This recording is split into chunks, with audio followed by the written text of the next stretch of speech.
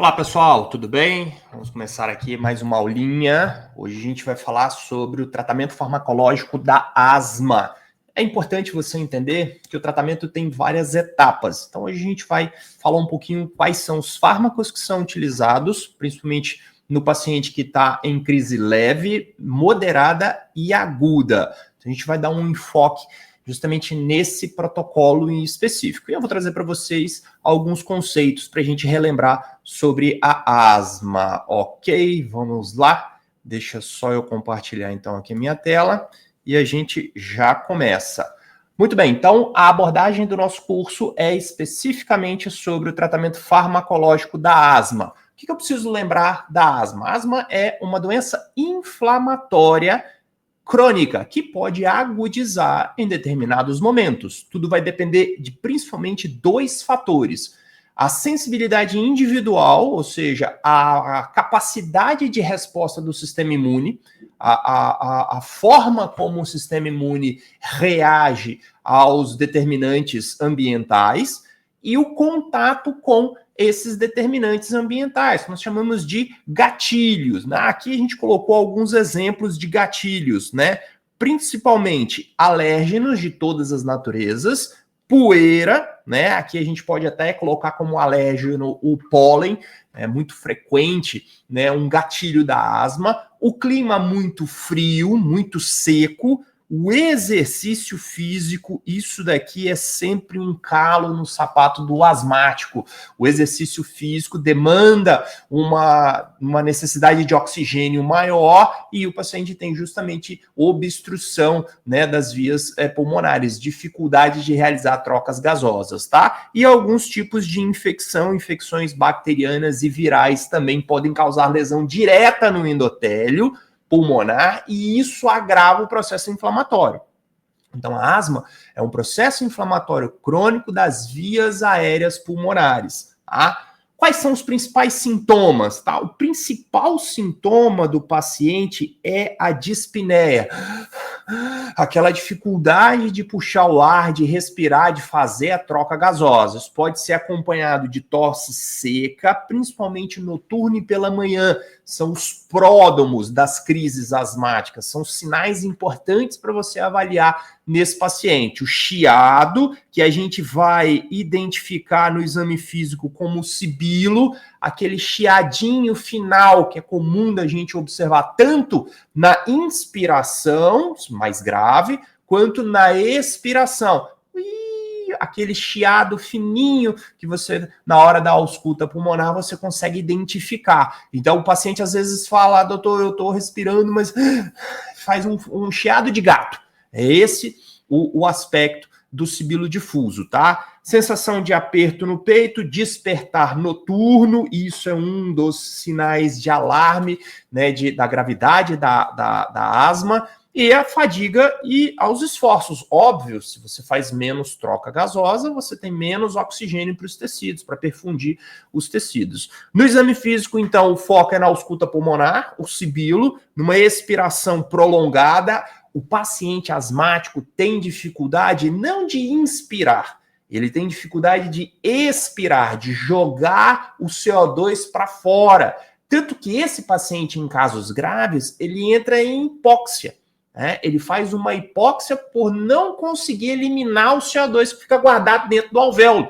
Então, se você faz uma gasometria, você consegue identificar. Tanto que a gasometria é um exame importantíssimo no paciente que entra na urgência com crise de asma, exatamente para você saber se ele está saturando baixo, botou o saturímetro, está abaixo de 92, a gasometria é um exame importantíssimo para você ver se está tendo alguma compensação metabólica, está consumindo bicarbonato a troco de compensar uma acidose metabólica, respiratória, por conta do CO2 acumulado, tá? E hiperinsuflação, hiperinsuflação. A gente consegue identificar no exame chamado espirometria, importante para fechar o diagnóstico de asma, espirometria com resposta positiva a broncodilatador. Isso também é importante, tá?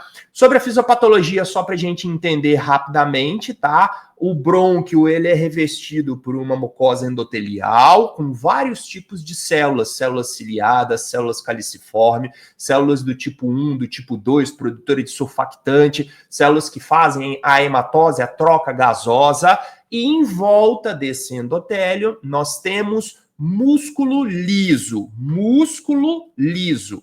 Esse músculo liso reveste os brônquios. E o brônquio é um tubo que permite a entrada do ar para os alvéolos. É nos alvéolos aonde acontece a troca gasosa. É ali que me interessa chegar o oxigênio e sair o CO2, tá?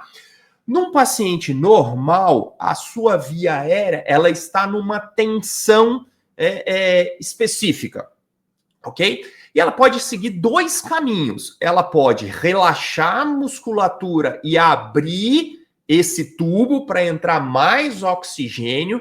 Quem faz isso é o sistema simpático adrenérgico, quando liga-se a receptores do tipo beta 2 na musculatura lisa, então faz o relaxamento da musculatura e o brônquio abre, então entra mais oxigênio e sai mais CO2. Isso acontece, por exemplo, no exercício físico. Ou pode fazer o contrário, diminuir o calibre dos brônquios, fazer uma contração da musculatura lisa para diminuir o tamanho dos brônquios, fazendo uma broncoconstricção. Quem é o sistema responsável? O parasimpático via acetilcolina em receptores muscarínicos. Então, sistema simpático, broncodilatação, né? Adrenalina, broncodilatação. Sistema parasimpático, broncoconstricção. Como é um processo inflamatório, há a formação de exudato, há a formação de saída de muco.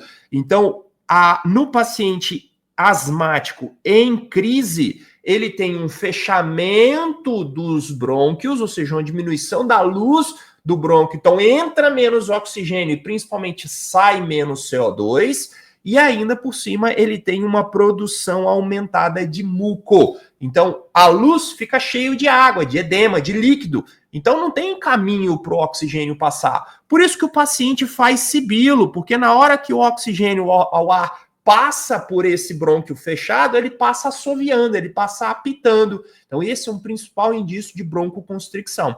E o grande problema da asma, o grande problema está aqui, ó. O ar fica armazenado nos alvéolos e isso eleva a concentração de gás carbônico no paciente, levando a uma acidose respiratória. Tá? Vamos entender então um pouco como isso acontece, como acontece esse processo. E eu vou colocar aqui, ó, inflamatório. A inflamação é ponto crucial. Processo inflamatório. Então, esse esqueminha aqui, ele é muito didático, tá? E ele mostra aqui, ó, a nossa parede pulmonar com as células endoteliais, as células caliciformes, as células produtoras de surfactante, as células que fazem a hematose, ciliadas, todas ali, tá? Aqui é meio externo, ou seja, o interior do alvéolo, né? Lembra que o ar entra, né, pro alvéolo, o alvéolo é meio externo, tá? A luz do brônquio é meio externo. Você tem bactérias ali, tem substâncias, tem poluentes, tudo fica ali. Só entra para dentro do meio interno aquilo que o nosso sistema, o nosso organismo permite, tá? E como qualquer órgão que faz contato com o meio externo, nós temos um sistema imunológico logo abaixo dessas células. Nós temos ali o sistema imunológico, justamente para prevenir. Vai que abre uma solução de continuidade, uma passagem, e cai uma bactéria dessa daqui. Caiu na corrente sanguínea e espalha pelo corpo. Então, toda a mucosa pulmonar, intestinal, a nossa pele, ela tem o sistema imunológico ali nos seus linfonodos ali, ativo justamente para prevenir esse tipo de risco de aumentado de infecção. E aí vamos pegar aqui uma ideia de um alérgeno, o pólen, por exemplo, né? Quando o paciente respira o pólen, os micropólens no ambiente, e eles adentram o alvéolo e chegam justamente nessas células e acabam sendo internalizados. Imediatamente uma célula chamada célula dendrítica reconhece isso como um corpo estranho, diferente do que eu tenho naturalmente no corpo. A célula dendrítica, ela tem a capacidade de internalizar, fazer uma endocitose desse alérgeno, né, do pólen, da poeira, por exemplo, processa esse antígeno e apresenta para uma célula chamada linfócito T0, T helper 0, ou linfócito T naive, ou seja, seria como se fosse um linfócito virgem, né? Aquele linfócito que ainda não foi sensibilizado. Quando ele apresenta esse antígeno para o linfócito T naive, ele passa a reconhecer esse antígeno como algo diferente, algo estranho do corpo, e ele pode assumir alguns fenótipos específicos, como o linfócito T helper 1 ou T helper 17, que vão ativar principalmente polimorfonucleares e macrófagos, justamente para ativar essas células na fagocitose, no combate a esse alergênio. Aqui a gente colocou os alergênicos, mas pode ser uma bactéria, um vírus ou até mesmo um poluente. A ideia é a mesma. Então, esse caminho seria de um combate imediato. Porém, o linfócito T helper 0 naive pode assumir um fenótipo de T helper 2, que é um fenótipo inflamatório. Márcio, isso acontece com todo mundo? Sim. Isso acontece com absolutamente todo mundo. Então, o que muda para o asmático? Parece que o asmático, essa via de conversão do linfócito T0 naive em linfócito T2,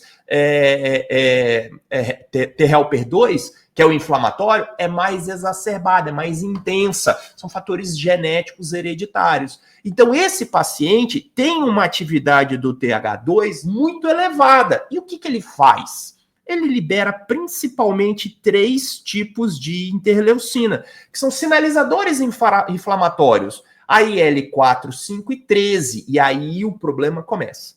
Porque a partir daí, esse ambiente, que era um ambiente normal, pulmonar, passa a se tornar um ambiente inflamatório. Imediatamente, a IL-4 ativa os linfócitos do tipo B, que são linfócitos produtores de anticorpos. Os linfócitos B são apresentados a esse alérgeno que entrou, né, nesse ambiente interno, hipersensibilizou as suas células, e o linfócito B, então, reconhece esse antígeno e se transforma em plasmócito, que é uma célula produtora de anticorpos. Esses anticorpos são do tipo IgE, ligado à alergia.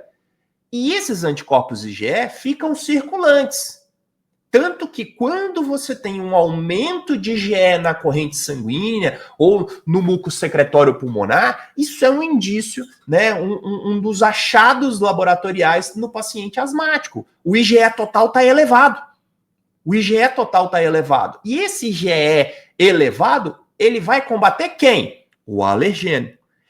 Agora, na hora que ele reconheceu, na hora que ele foi produzido? Não.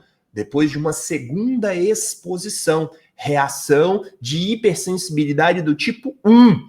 Então, esse IgE vai ser importante para um segundo contato, para uma resposta mais intensa, mais exacerbada. Tá vendo que a asma, então, ela vem de uma progressão de eventos? Então, esse IgE, já previamente sensibilizado, fica circulando. Na hora que entra em contato com o alérgeno de novo, a resposta é mais intensa. Porque o que o IgE faz? O IgE sensibiliza principalmente os mastócitos. E o mastócito, ele produz uma amina vasoativa chamada histamina. Toda vez que o mastócito é ativado diretamente pelas IL-4 e IL-5 ou pelo IgE circulante previamente sensibilizado, esse mastócito pulmonar vai liberar histamina. E a histamina tem um monte de ações, né? No pulmão, ela faz 2 coisas muito importantes. A histamina estimula a broncoconstricção, então o músculo liso vai se contrair e a luz do brônquio vai se fechar. E a histamina também aumenta a permeabilidade capilar. Isso gera edema, formação de mais líquido e muco nessa região. Mas peraí, mas por quê? Por que o mastócito vai fazer isso? Por que a histamina tem essa função? Isso é um mecanismo de defesa, tá? O problema não é o alérgeno? Ele não está entrando aqui na luz do tubo? Ora, se está entrando o problema no brônquio, o que a histamina vai fazer? Fecha o canal. Joga um monte de secreção para essa secreção formar uma barreira aqui. Só que é justamente isso que leva à sintomatologia do paciente asmático. Fechou o tubo de entrada e de saída de ar e colocou um monte de secreção, o paciente fica com dispneia, sibilo e tosse. É a tríade, né, do paciente asmático. Além do mais, você tem uma sensibilização dos eosinófilos, que respondem também ao IgE, e que participa do processo inflamatório. O problema do eosinófilo é que ele é um polimorfo nuclear, né? Um bilobado, ó, tá vendo? É uma célula bilobada.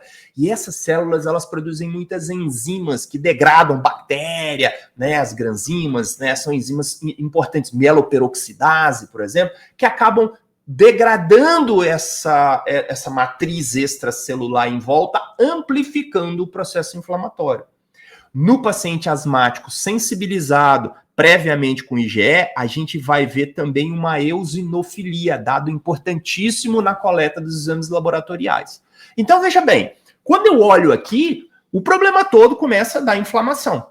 E a inflamação leva a uma condição de broncoconstricção e aumento da produção de muco. Isso leva o paciente a uma dificuldade de realizar a hematose, uma dificuldade de respirar diretamente. Então, quando eu pensar nos meus fármacos, quando eu pensar nos meus agentes farmacológicos, eu tenho que pensar em quê? Primeiro, diminuir essa broncoconstricção, correto? O paciente está lá com o tubo fechado, não conseguindo respirar. Eu tenho que dar a ele um fármaco que aumenta o calibre do brônquio, aumenta a broncodilatação, ou diminui a broncoconstricção. São dois caminhos que a gente pode atuar. Ou aumentando o tamanho, ou forçosamente o tamanho do brônquio, ou diminuindo a sua constricção. Esse é o principal ponto. Eu também vou atuar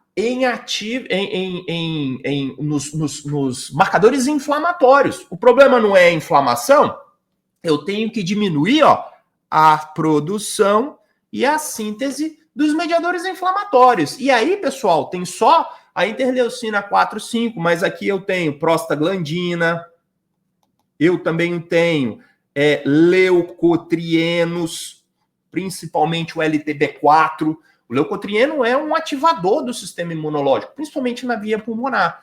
Então, a minha estratégia com o anti-inflamatório, e aqui os corticosteroides serão o de escolha, é justamente diminuir a ativação do sistema imunológico. Então, eu vou diminuir síntese de citocinas inflamatórias, síntese de LTB e prostaglandinas, vou diminuir a ativação celular, vou produzir lipoxinas, que são proteínas anti-inflamatórias, para tornar esse ambiente menos inflamatório. Menos inflamação, menos ativação da broncoconstricção, menor vai ser a minha produção de muco. Então, o caminho do meu tratamento farmacológico é esse, ele está feito aqui na nossa frente.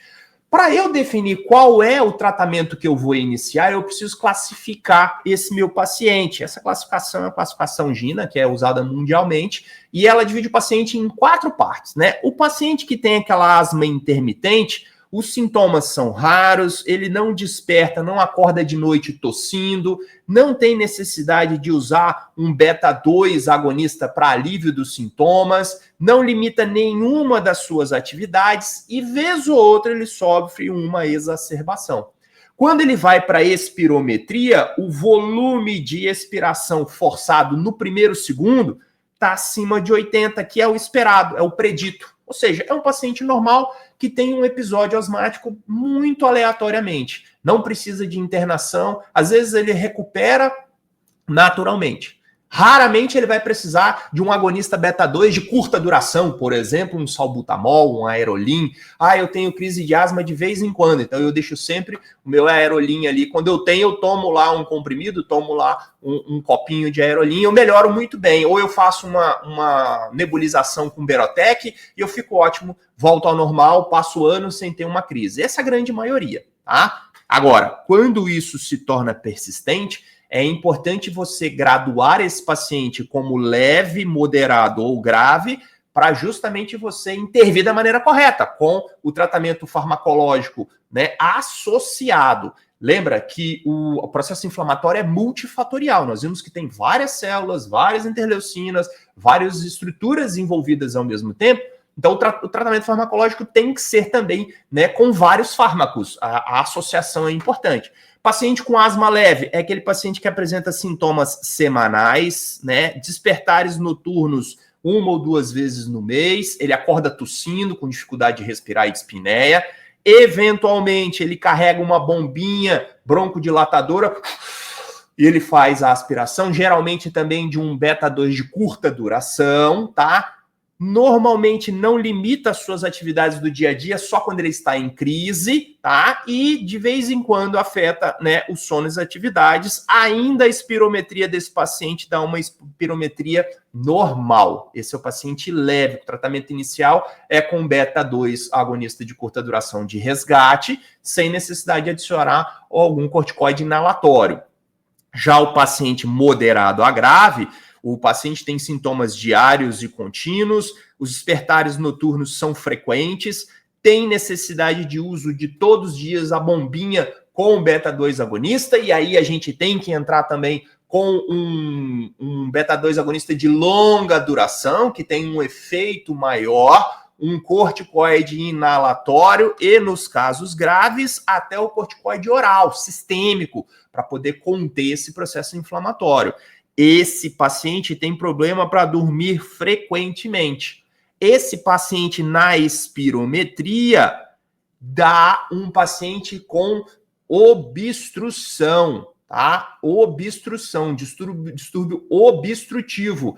Ele puxa o ar, mas não consegue expirar. Ele não consegue jogar o ar para fora. E o VEF1 dele dá entre 60% e 80%. Abaixo de 60% já é um caso grave. Então a espirometria é importante para você classificar o seu paciente. Tá? E aí, na espirometria, é feito com, né, após ser feito a espirometria, calcular o VEF1, faz esse paciente usar um beta-2 agonista de curta duração. Se ocorrer a broncodilatação e melhorar o VEF1 dele, estava em 60%, fez o uso e aumentou, melhorou em 12%, acima de 12%, ou o volume total expirado aumentou em torno de 200 ml, esse paciente respondeu ao uso do broncodilatador, então você fecha o diagnóstico para o tratamento, para o paciente asmático.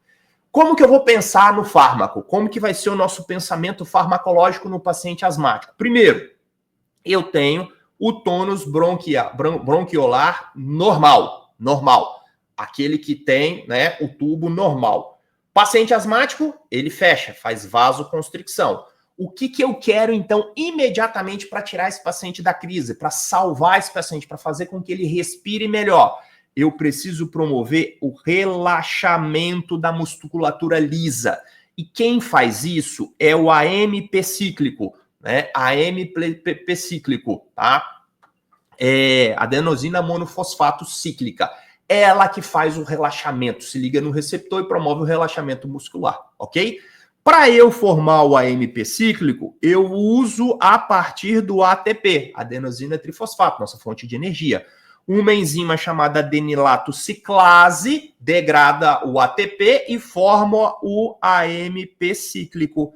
Quem é que ativa a adenilato ciclase? Receptores beta-2 adrenérgico. Então, todo ativo que tiver uma ação nos receptores beta-2 adrenérgico vai ativar a adenilato ciclase, vai aumentar o AMP cíclico, vai promover o relaxamento da musculatura lisa, o brônquio vai dilatar, o paciente vai respirar melhor. Então, o meu foco do tratamento, a principal classe terapêutica farmacológica são os agonistas beta-2. Eles podem ser de curta duração, tá? Como o salbutamol, né, que a gente acabou de falar, o fenoterol, né, o famoso Berotec, de curta duração, tá? E os de longa duração, que se liga no receptor e aumenta o tempo de ativação, né? Salmeterol, formoterol, são os de longa duração. A gente chama isso de SABA e LABA. Agonista beta-adrenérgico short, de curta duração. Agonista beta-adrenérgico long, de longa duração. Então você vai ver muito esse termo, SABA e LABA. Tá? O SABA é o tratamento de urgência, de resgate, de SOS, tá? Para aquela asma intermitente. E o LABA é para os casos moderados a grave, paciente que já tem essa asma grave, então ele precisa de uma ação longa, de longa duração. Ok? Eu consigo também diminuir a broncoconstricção. Quem é que faz a broncoconstricção? Sistema nervoso parasimpático, libera acetilcolina, ela se liga no receptor muscarínico e faz o músculo liso contrair. Fecha esse caminho, fecha essa passagem. Ora, se eu bloquear a acetilcolina no receptor muscarínico, eu consigo diminuir essa vasoconstricção. Sim, exatamente. Então, uma outra estratégia de tratamento é a utilização de antagonistas muscarínicos, que vão bloquear a ação da acetilcolina no receptor muscarínico. Vai diminuir a broncoconstricção fisiológica, né? O famoso aqui é o atrovente, o ipratrópio, é um derivado da atropina, né? A atropina é um bloqueador, né? É um colinérgico. Então, o ipratrópio, tiotrópio também é uma outra opção, são os bloqueadores muscarínicos. Olha que interessante. Por isso que quando, né, aquela criancinha asmática chega no pronto-socorro, vamos fazer a nebulização nele, mãe. 5 ml de soro fisiológico, 3 gotinhas de Berotec, que é o beta-agonista, isso não pode errar, e 12 gotinhas de atrovente, que é o antagonista muscarínico. O que eu estou querendo ali? Broncodilatar e diminuir a broncoconstricção. E aí o bebezinho sai respirando melhor, expectorando melhor, aquela secreção fica livre para poder sair. Então o raciocínio é esse. Esse é o raciocínio da urgência, é o que a gente vai utilizar principalmente, tá? Outras alternativas, tá? O AMP cíclico é degradado pela fosfodiesterase. Então a fosfodiesterase pega o AMP cíclico e transforma em AMP, que não tem função fisiológica, tá? Então, se eu utilizar um bloqueador da fosfodiesterase, o AMP cíclico fica viável mais tempo, tá? Teofilina, aminofilina, né? As metilxantinas, de maneira geral, são bloqueadores da fosfodiesterase. E aí eu diminuo a degradação do AMP cíclico, fica mais tempo ativo, faz broncodilatação. Isso é bom para tratamento contínuo, né? Paciente que faz uso em aminofilina, né, comprimido, né, 100, 200, 300 miligramas, tá? Tem um outro agente aqui importante, que são os leucotrienos, principalmente o LTB4, que são liberados pelas células inflamatórias, né, mastócitos, eosinófilos, linfócitos, e o LTB4 faz broncoconstricção. Então, se eu utilizar um antagonista de leucotrieno, eu consigo bloquear a ação do leucotrieno. Só que o leucotrieno tem uma ação longa. Então, para urgência, isso não me ajuda muito. Vou usar um antagonista de leucotrieno para urgência. Não. Para urgência eu preciso dilatar. Beta-2 agonista, antagonista muscarínico. O antagonista de leucotrieno, que é o montelukast, ele é muito bom para o controle da asma crônica, porque ele vai diminuir a atividade do principal mediador inflamatório que faz broncoconstricção, tá? Então, basicamente, esse é o papel. Agora, quem são os principais do tratamento? São os corticosteroides inalatórios, porque eles fazem, de maneira geral, bloqueiam e diminuem a inflamação.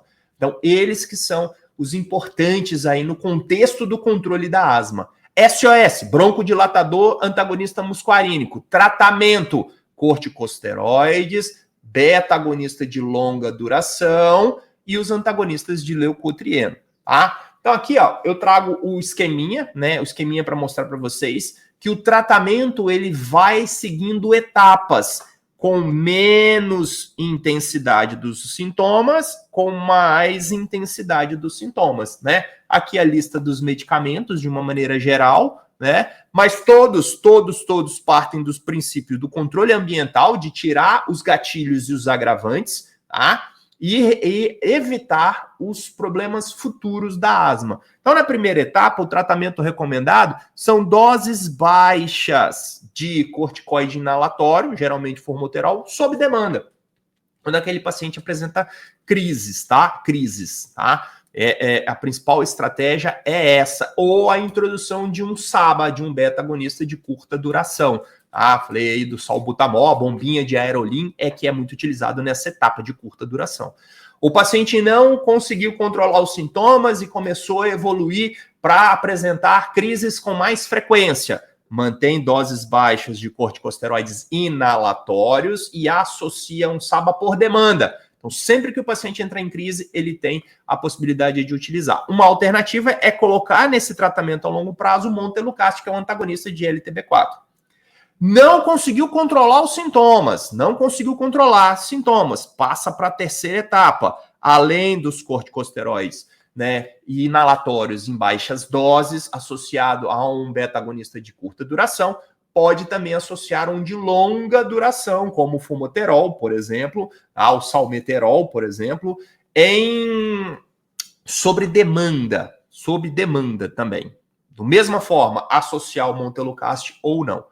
Ainda assim, não consegui resolver. Eu tenho que subir a dose do corticoide inalatório, aumenta a frequência das bombinhas diárias e faz o resgate com longa duração. E na etapa mais grave, além de aumentar a dose, colocar um antagonista muscarínico para uso constante, pensar nos imunobiológicos, anti-IgE, anti-IL-5, que aí é um tratamento mais caro, mas principalmente a necessidade de adicionar o corticosteroide oral em doses baixas. Então, muita gente acha, não, o paciente está em asma, já dá um corticoide oral. Não. Corticoide inalatório é onde se tem o melhor efeito terapêutico. Inalatório é onde você tem a melhor resposta nesse paciente no SOS. Maravilha, pessoal? Espero que vocês tenham gostado da nossa aulinha de hoje, tá? Aproveita aí para poder seguir o canal, poder dar um curte aí no vídeo se vocês gostaram.